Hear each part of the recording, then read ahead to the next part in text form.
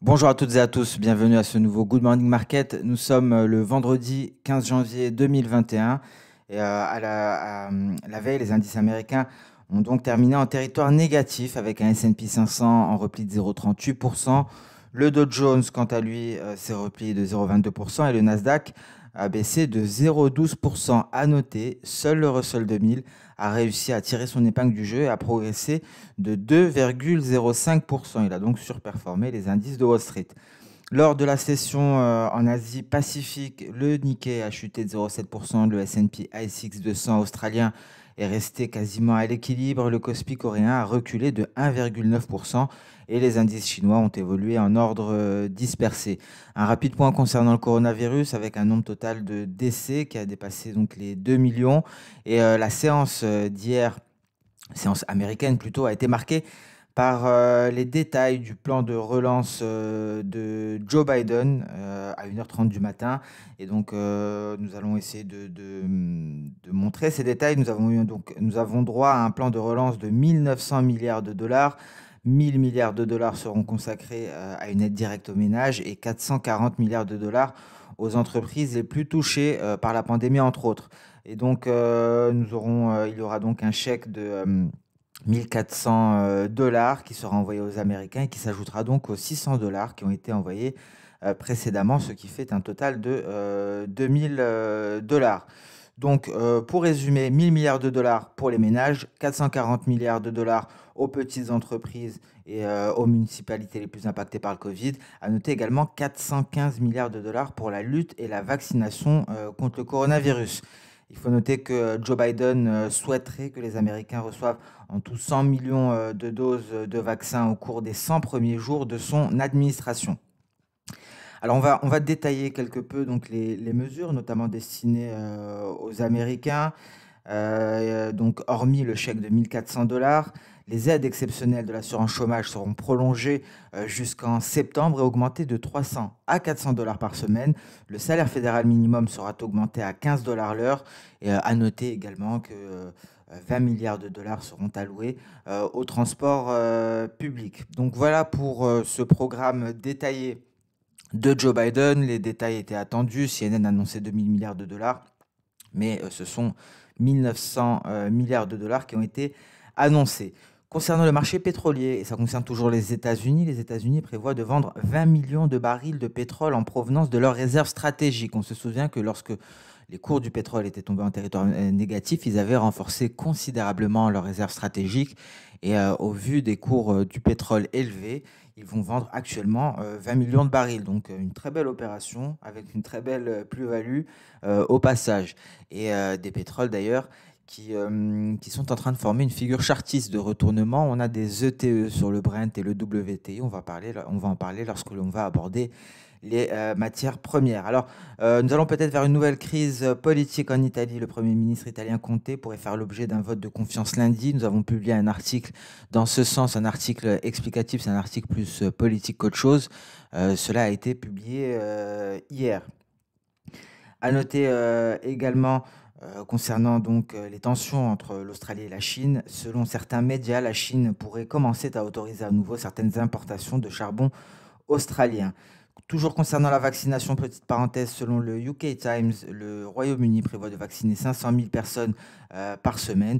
Et on notera également que le Bitcoin s'est replié aux alentours des 38 000 dollars après avoir atteint hier à nouveau, s'être rapproché, avoir atteint les 40 000 dollars. Donc voilà pour cette parenthèse. On remarquera des indices européens qui tentent ici de s'affranchir de leur nuage, notamment pour le DAX. On retrouvera en gris le nuage H4 et ici en couleur le nuage H1. Le CAC 40 est quant à lui bloqué en dessous de son nuage H1. Les indices américains sont en train de rebondir sur leur nuage en données H4. On va passer sur le calendrier économique. Beaucoup de choses aujourd'hui. On a déjà pris connaissance d'une donnée en provenance de France, l'inflation IPC pour le mois de décembre.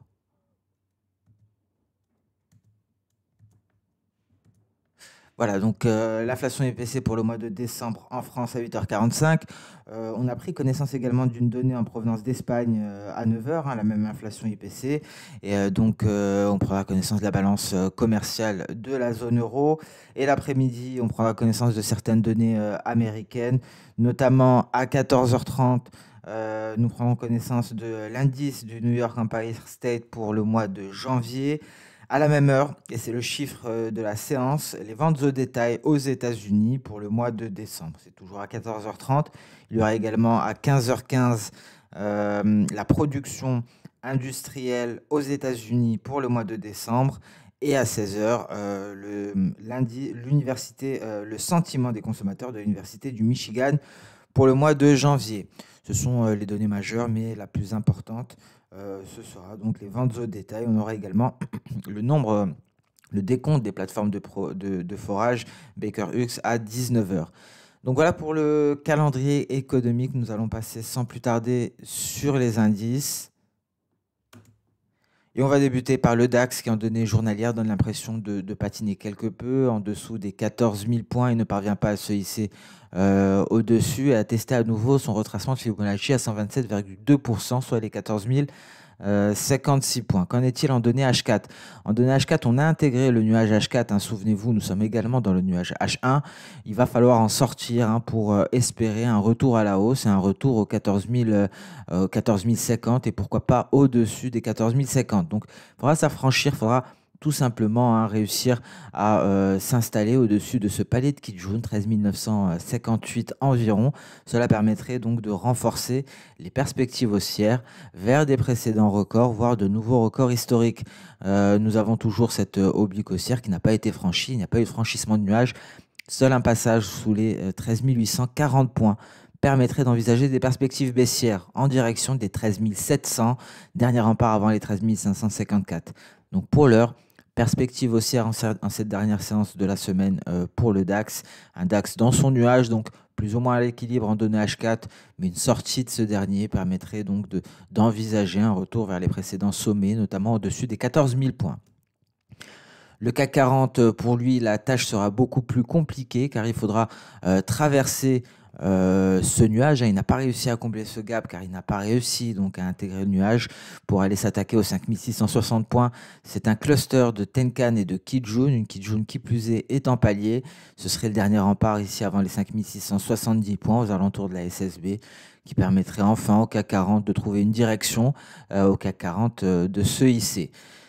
Le Nasdaq, alors c'est mitigé par contre pour le Nasdaq, contrairement au Dow Jones et au S&P 500 et au Russell 2000, le Nasdaq n'arrive toujours pas à se débarrasser de ces 12 860 points. Alors c'est un niveau important car un passage sous ce niveau-là présagerait un repli plus conséquent. C'est la deuxième fois qu'on l'invalide, on en a parlé hier, on a très rapidement invalidé le franchissement de ce niveau. Encore une fois, les futurs sur Nasdaq l'ont fait pour aller s'attaquer au bas de nuage et c'est la SSB ici à 12 890 qui fait office de résistance.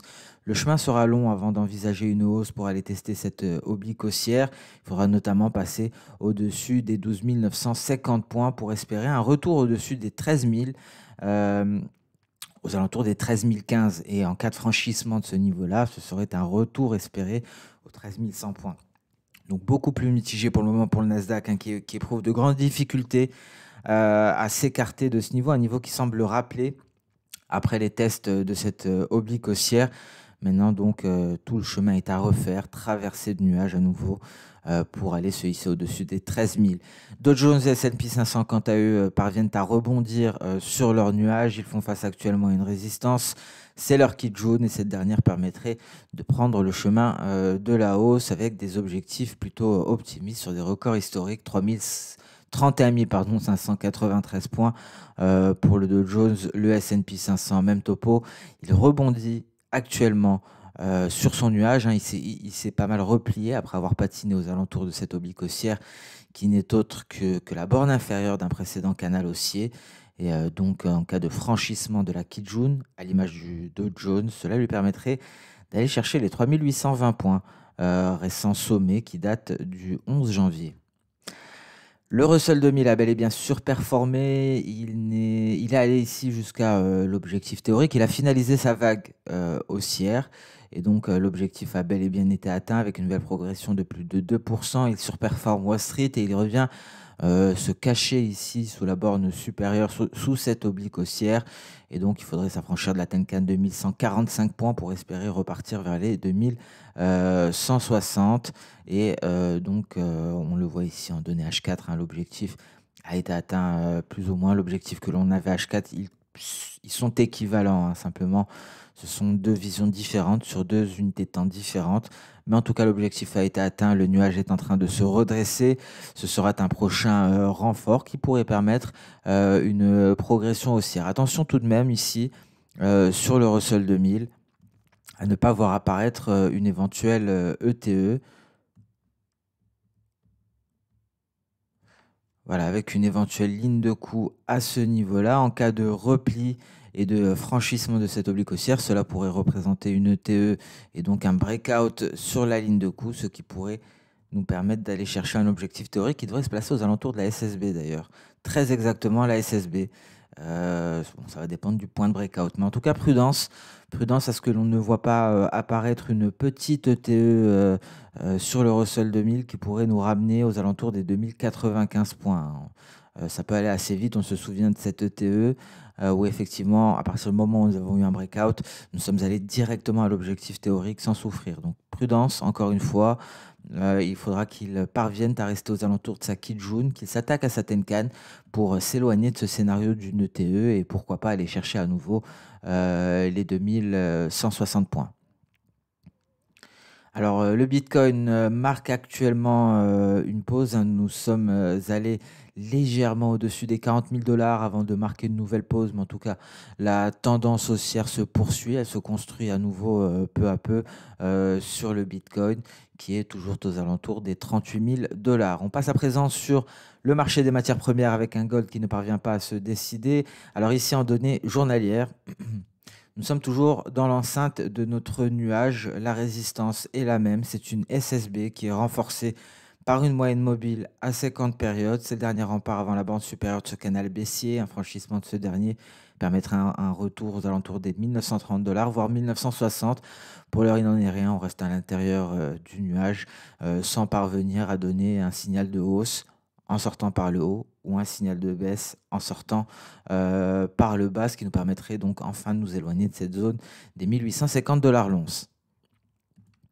On le voit ici en données intraday, on est en train de patiner, on est en train d'osciller au-dessus des 1850. Ce que l'on notera ici tout de même, c'est un nuage qui se renforce considérablement, qui pourrait exercer une pression baissière. Donc, d'un point de vue intraday, on pourrait privilégier les perspectives baissières au vu de ce nuage qui vient ici, qui viendra certainement exercer une pression baissière ou au moins ralentirait toute tentative haussière en cas d'intégration de ce dernier. Alors les pétroles, le pétrole qui également est en train de marquer une pause, hein, si je puis dire, aux alentours en dessous ici de cette résistance attendue, hein, une résistance qui n'a pas été atteinte depuis la fin du mois de février. Il s'en est suivi le repli que nous avons connu pour le marché pétrolier. Alors attention car en intraday, on le voit ici, visiblement, une figure en ETE est en cours de formation. On va déceler les différents éléments de cette ETE. Nous avons une première épaule à ce niveau, la tête est ici et la seconde épaule est là. Donc prudence, la ligne de coup, c'est justement cette oblique haussière que l'on a depuis un certain temps. À noter que l'on vient de passer en dessous du nuage. Quel serait l'objectif théorique pour le WTI? Il suffit de reporter la hauteur de la tête sur l'éventuel point de breakout, ce qui nous ramènerait ici aux alentours des 51,20 $ le baril, hein, soit des niveaux que nous n'avons pas revisités depuis le 8 janvier. Donc prudence, cette ETE pourrait se valider en cas de franchissement de la ligne de coup. Et en tout cas, attendez-vous à une validation claire et nette en cas de passage, en cas de repli en direction des 52,25. Donc si on marque un nouveau creux, si on fait un plus bas par rapport à ce plus bas du 14 janvier, on peut pratiquement être sûr que l'on va aller chercher l'objectif théorique au minimum les 51,60 $ pour le WT. Alors cette ETE est encore plus belle sur le Brent. Sur le Brent, elle est encore plus belle, elle est encore plus visible. Ici, donc, j'ai déjà préparé le setup. On a la ligne de coup en pointillé qui est une oblique haussière. On a déjà franchi le nuage à la baisse en données H1. C'est d'ailleurs le nuage qui nous a permis la formation de la seconde épaule, car il a freiné cette hausse et nous sommes actuellement en léger rebond sur la ligne de coup. En cas de breakout, ce serait un retour éventuel, selon la théorie technique, un retour éventuel vers les 53,50 $. Il y aura des niveaux intermédiaires tout de même, notamment les 54,60 il me semble environ, voire 54,70. Mais en tout cas, un passage sous les 55,20 confirmerait les perspectives baissières de court terme en direction des 53,50 selon l'objectif théorique de cette figure en ETE. Donc voilà pour les pétroles qui pourraient se retourner à court terme et aller vers aller vers des niveaux qui n'ont pas été revisités depuis le début du mois de janvier. Le sucre effectivement n'a pas perdu de temps. Il a fortement accéléré hier. Il s'est affranchi du récent sommet, le sommet du 7 janvier, pour aller chercher les 16,70. Il se replie actuellement. On peut s'attendre à un pullback en direction des 16,32 pour une éventuelle reprise de la hausse sur le sucre. Le sucre qui ne nous a pas déçus hier avec une très belle progression. Une progression assez impressionnante. Ça faisait longtemps qu'on n'avait pas vu une bougie verte aussi grande sur les cours du sucre. Alors, très rapidement, je n'en vois pas. C'était une très belle progression pour les cours du sucre, peut-être ici. C'était pas mal le 2 novembre 2020. Le gaz naturel, toujours en train de longer son nuage, longer la SSA, en train de jouer avec nos nerfs. Et donc, il pourrait réintégrer le canal baissier. Mais en tout cas, le scénario baissier est toujours d'actualité pour le moment. On atteste la saisonnalité du repli des cours du gaz naturel. Alors, le café est hissé et porté par le réal brésilien qui retrouve largement des couleurs. Regardez, le café 127,66 cents la livre. On va se pencher sur notre graphique qui superpose les cours du café avec les cours de l'USD-BRL. Et on voit ici l'USD-BRL qui se replie considérablement. Donc concrètement, nous avons un réal brésilien qui retrouve de la vigueur, ce qui propulse les cours du café à la hausse, permettant ainsi de s'éloigner de la borne inférieure du précédent canal haussier, mais également de franchir le nuage Ishimoku, donc direction les 128,80.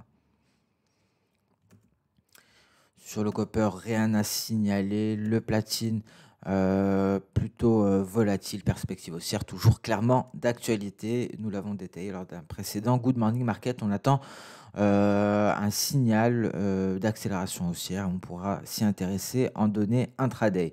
On passe à présent sur le marché d'échange. Pas mal de volatilité également sur le marché d'échange, avec un dollar américain qui a beaucoup évolué. Il faut savoir que Jérôme Powell s'est exprimé hier lors d'une vidéoconférence organisée par l'université de Princeton, et il a confirmé effectivement qu'il n'y avait pas de changement au niveau des taux d'intérêt sur le court terme, qu'il n'allait pas donc ralentir le programme de rachat d'actifs et qu'il allait utiliser tous les outils qui sont à sa disposition pour soutenir l'économie américaine. Un euro-dollar qui est volatile aujourd'hui, un dollar américain assez volatile aujourd'hui, mais toujours qui fait toujours preuve d'une certaine force, qui a entraîné l'euro-dollar en repli, l'euro-dollar qui allait marquer un creux aux alentours des 1,2110. Alors à présent, les perspectives baissières sont à privilégier. Une baisse qui s'est amorcée par une figure en ETE complexe. Au début, nous avions cet apex ici qui jouait le rôle de support, par la suite résistance, et nous sommes allés à l'objectif théorique de la figure en ETE, et c'est la résistance actuelle. Mais le repli pourrait s'approfondir. Nous avons deux objectifs, les 1,2060 et nous avons ici les 1,20 tout simplement. Mais beaucoup plus probable que la baisse se stoppe aux alentours des 1,2060. Pourquoi? Tout simplement au vu d'Ishimoku, et ce n'est pas en données H4 que l'on va trouver des réponses, c'est en données journalières. Donc je vais modifier les données de mon nuage et de mes éléments Ishimoku, les mettre en données journalières, et en appliquant, je remarque que j'ai mon nuage justement à 1,2060. Donc peut-être un retour vers le nuage en données journalières. On remarquera d'ailleurs ici la présence de la Kijun journalière qui était confondue avec les 1,22-23 lors du pullback vers ce niveau. Et donc la baisse pourrait s'approfondir en direction du nuage journalier, soit en direction des 1,2060.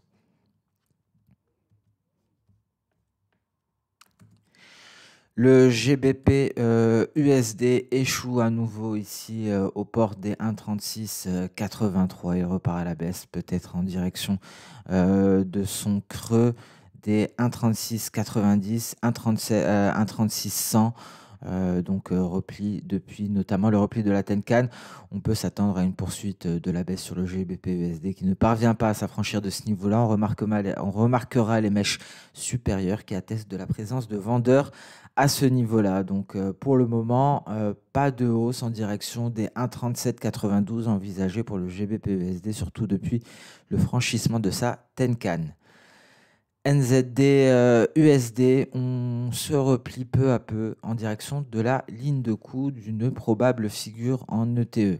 Alors ici, encore une fois, le nuage nous a permis d'empêcher une percée haussière qui invaliderait cette formation d'une figure en ETE. Une ETE d'ailleurs qui est composée d'épaules doubles. On a une double épaule gauche ici avec deux sommets, une double épaule droite qui s'est formée, qui continue de se former. On pourrait se replier donc en direction des 0,71 45 qui pourrait être le point de breakout, et dans ce cas-là l'objectif serait ici à 0,69 80. Donc ce serait un retour ici sur les niveaux du 25 novembre 2020 avec des seuils intermédiaires tout de même. 0,70 90 sera un niveau à surveiller qui pourrait permettre éventuellement un pullback vers la ligne de coup. En tout cas, on n'en est toujours pas à la réalisation, à la validation de cette ETE. Il faudra attendre un breakout de la ligne de coup, et on notera ici une faiblesse de nuages. Donc ce n'est pas encore joué quant à la validité de cette figure en ETE, une figure en ETE avec des épaules ici qui sont doublées. La UDNZD marque une pause au-dessus du support aux alentours actuellement des 1,07696, et donc on peut s'attendre à une nouvelle hausse petit à petit comme est habitué de le faire l'AUD-NZD, mais donc des perspectives qui sont aussi en direction des 1,08 770. L'euro-yen qui nous a donné un signal s'est replié pour aller chercher ici les creux de la mi-décembre. Alors si ces creux venaient à céder, on pourrait assister à une accélération baissière en direction des 125 130. Donc signal qui est en train de se valider, signal de baisse pour l'euro-yen. Qu'en est-il du GBP-yen en pullback sur la borne supérieure de son canal haussier avant d'éventuellement de se redresser? Attention en cas de repli en direction de la Kijun, cela invaliderait ce signal suite à la sortie de son canal haussier. USD CHF, on est toujours de retour ici sur notre support des 0,88 700. En cas de cassure de ce dernier, ce serait un retour vers les 0,88 55 et une sortie de nuage par le bas, et donc signal Ishimoku, mais donc plus largement un retour vers cette zone de support que nous avions indiqué précédemment. Alors il me semble qu'il n'y a rien d'autre à signaler sur le marché des changes. On va mettre un terme à ce Good Morning Market. Je vous souhaite donc une excellente séance de trading, un excellent week-end. N'hésitez pas, en soutien à cette vidéo, à liker, à commenter si vous avez des questions ou des remarques. Et par la même occasion, je vous souhaite un très bon week-end, et on se donne rendez-vous dès lundi pour attaquer une nouvelle semaine. Au revoir.